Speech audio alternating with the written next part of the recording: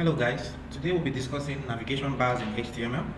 What we have on the screen today is a simple navigation bar created with minimal CSS and HTML. This is a two-part course. In the subsequent video, I'll be showing you how to create a more styled and a more visually appealing navbar. But let's start with these so that we can get the basic understanding of how navbars work. So basically, a navbar stands for a navigation bar. So with a navbar, users are able to access different contents of an entire website. So for each item on the navbar, we have a web page or a link to a part of a document or some resource somewhere. So with a navigation bar, we are able to navigate a web resource. So we have here on the screen home, about us, contacts, portfolio, and careers. So I'll be showing you how to build this using HTML. So let's open our Visual Studio Code and create a file. You can name it whatever you want.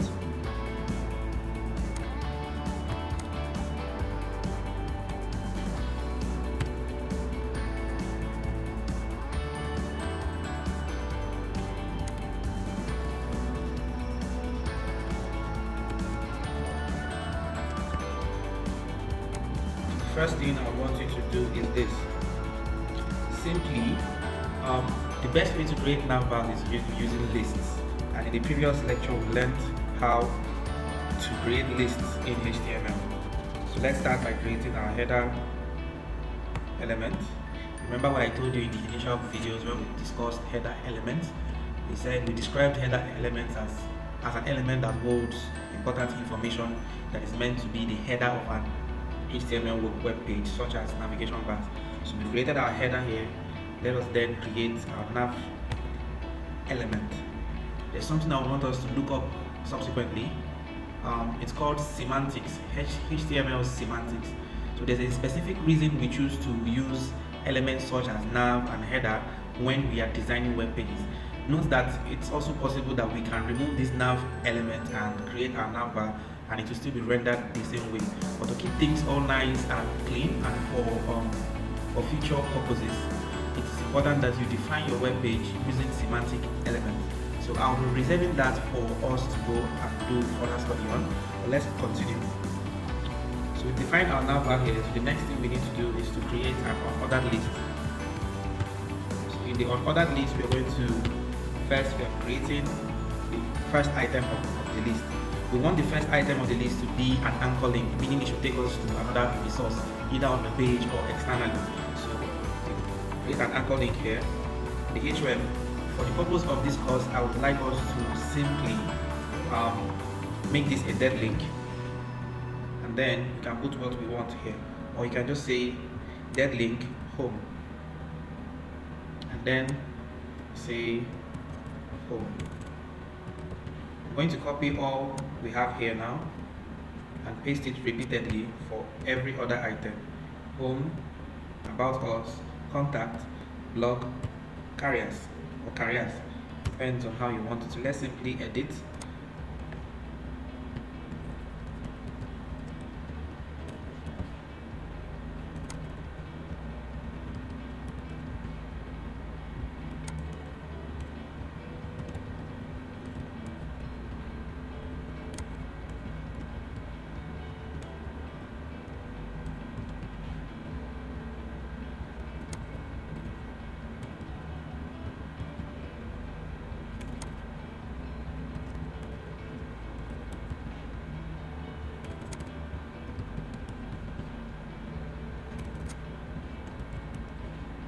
So that's basically it. Save this page and open in your browser.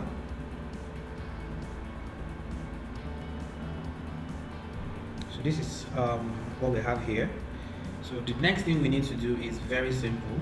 We just need to style this ordered list to look like what we have here. So how do we do that? So for the purpose of this course, I'll be using the style element in the header file, the head element. So style. The first thing I want us to do is to specify the font type. So there are different ways you can target this element, this or this. So whatever works for you, I would want to use header. So I want the font family for the header to be Tahoma. I want to use Tahoma. That's all.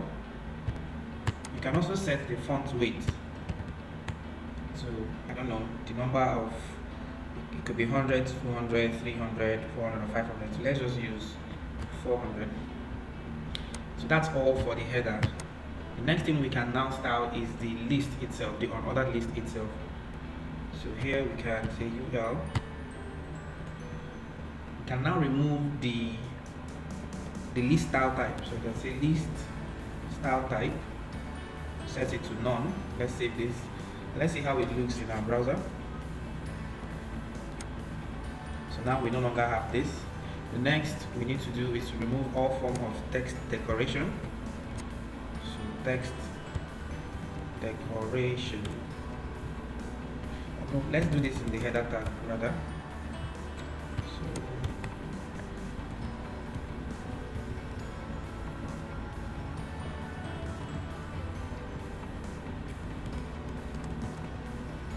So set this to none. Another important thing I need us to do here is to set the margin for the UL element. Remember, I defined what the margin does to an element in HTML. So if you need to understand this, please visit the previous lectures.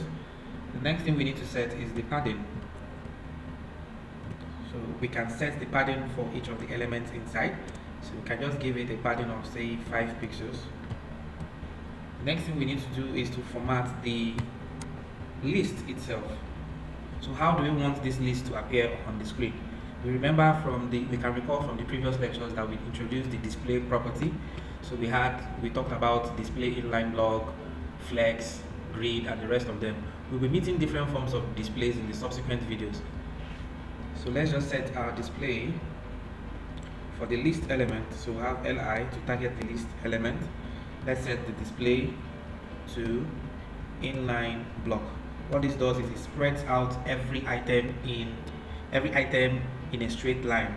So all list items in the unordered list element will be spread across the width of the viewport. So let's save our file and then open our browser. We can see what happened here. We have the URLs or the anchor tags spread out in a horizontal manner.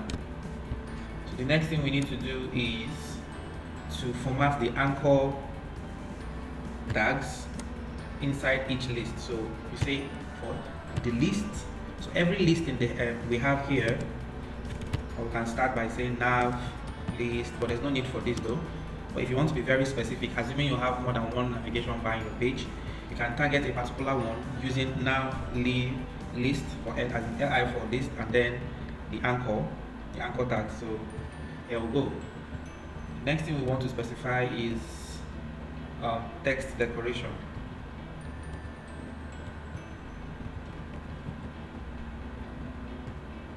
Set it to none so that we will not see. What this does is it removes the, you saw what happened, it removed the underscore, or it removed the underline under each of the anchor elements. So the next thing we need to do is to set, just before we do that, let's set the background color for the unordered list. You can do that here, or you can set it in the header. So let's do it in the header. Let's set the background color. So background,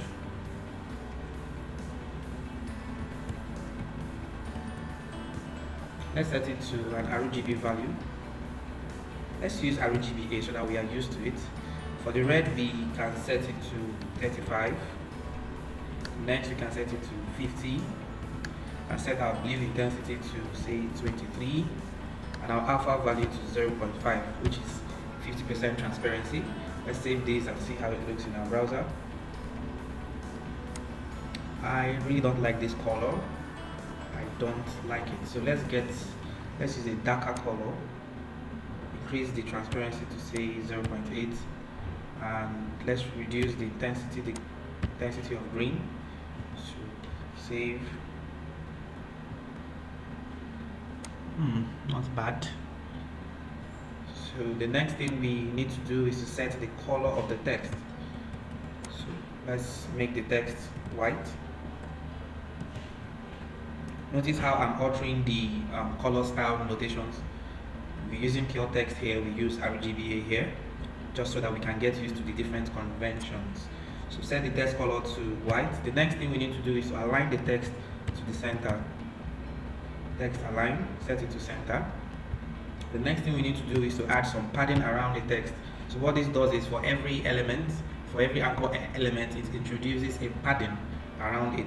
So how we'll define this, remember in the previous videos, when you define two values, you're basically telling the browser to allocate 14 pixels to top and bottom, 16 pixels to the right and left. So let's save our file and see how this looks. So everything is coming out really nice. The next thing that we need to do is to set a hover behavior. What happens when we hover over the link? Remember we described the behavior of links in the previous lectures.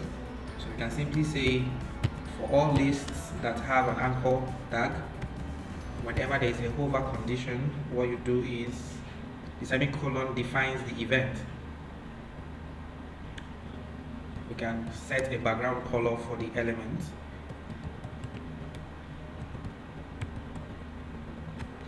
So let's give this the same color, but then we can increase the intensity here to 35. Give it an opacity of 1.0. Let's save this and see how this looks. So let's hover over our. Now can we see what's happening here?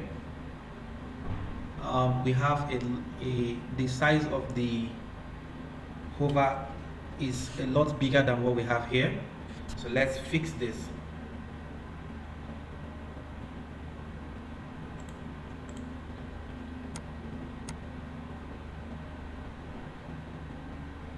So let's set let's set the display for each anchor tag.